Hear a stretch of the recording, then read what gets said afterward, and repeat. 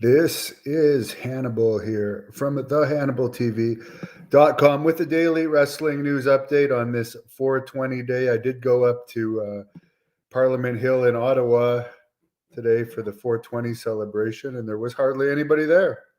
There used to be thousands of people. So legalization killed the 420 party on Parliament Hill. But let me jump into the news, and that video is online if anyone wants to watch it.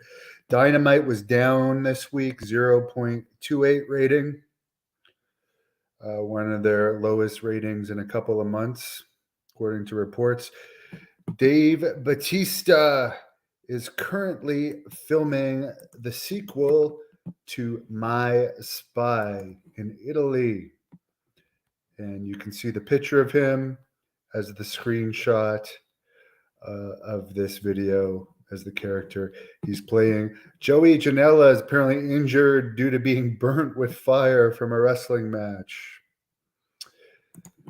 Here's something interesting. This is the WWE Friday Night SmackDown layout for WWE coming to Calgary in August, and then the AEW Saturday, July 15th layout for the same arena. As you can see, there's a lot of seats available for the AEW show.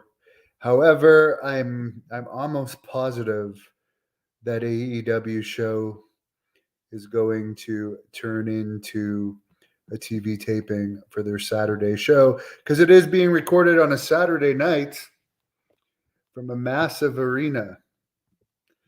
And by the way, yeah, it looks like the SmackDown one is selling really well.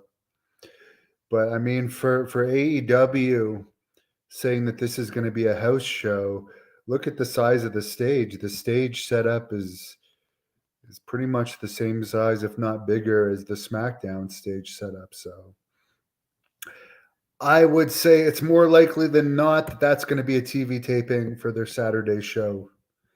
And if that happens, they're going to have to work harder to move tickets because the WWE one is a month later and they've sold a lot more. In my old stomping grounds of Calgary, where I used to live when I was training with the Hearts from 2001 to 2005, someone is irritated by the way Tony Khan operates AEW. Well,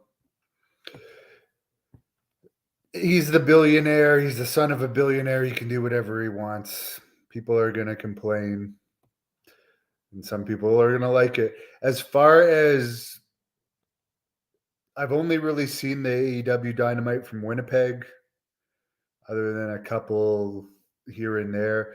I did like the Winnipeg Dynamite better than the recent WWE shows I've seen lately because there's way more talking on WWE. And I find these boring. And the format of WWE is the same as it's been since the Attitude Era. The show starts, it's two people talking in the ring for 20 minutes. There's a few matches. There's long, boring in-ring promos. There's also long, boring in-ring promos in AEW. But neither are really my cup of tea. Alfred, glad you liked my 420 report. How many times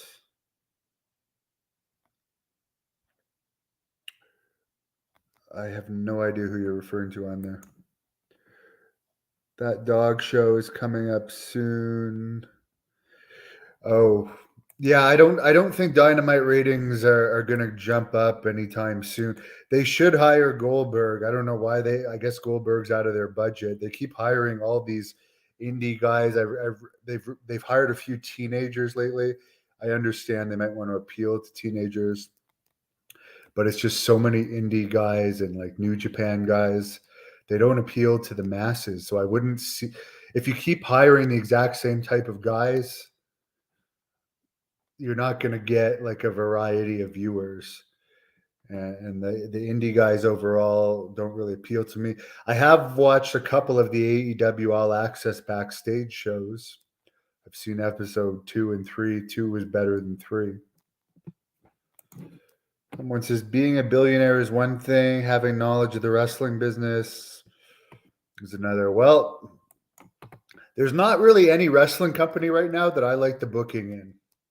So I'm pretty neutral. I would say Impact has the worst, although I haven't seen much of MLW. From the clips I've seen of MLW, it doesn't really appeal to me. They only got a handful of good guys. NWA wasn't bad from what I saw of it, but I didn't really want to watch more.